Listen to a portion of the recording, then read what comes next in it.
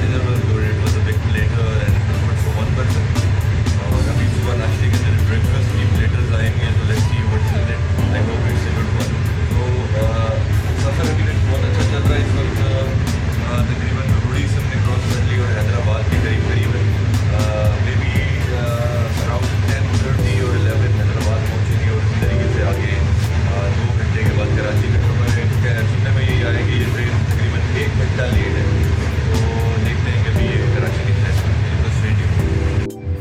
अच्छा, अभी तक सफ़र अच्छा चल रहा है और हैदराबाद अभी पहुंच गए. हैदराबाद पहुंच के पता चला कि आज सिग्नल्स मोबाइल के नहीं आ रहे और इसकी वजह मुझे लगता है कि आज क्योंकि 12 रबी अव्वल है तो इसलिए शायद मेन सिटीज़ के अंदर सिग्नल्स को बंद कर दिया गया है. तो प्रॉब्ली कम्युनिकेशन मेरा नहीं है. हो सकता है घर से भी लेने के लिए आ जाए. मैंने डबल नंबर वगैरह सब मैसेज कर दिया.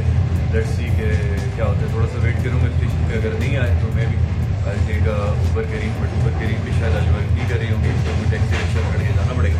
बट स्टिल बड़ा अच्छा कंफर्टेबल सफ़र चल रहा है. और आप देख सकते हैं कि बैकग्राउंड में हैदराबाद क्रॉस होकर हैदराबाद से निकल रहे हैं. ट्रेन की खास बात यह है कि इसकी टाइमिंग्स बड़ी मज़ेदार है.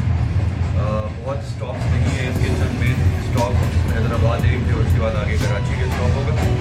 और इसमें खाना भी सर्व किया है, ब्रेकफास्ट भी सर्व किया है. इसके अंदर आपको शेविंग किट आपकी जो है वो भी सर्व की है. तो इट्स अ वेरी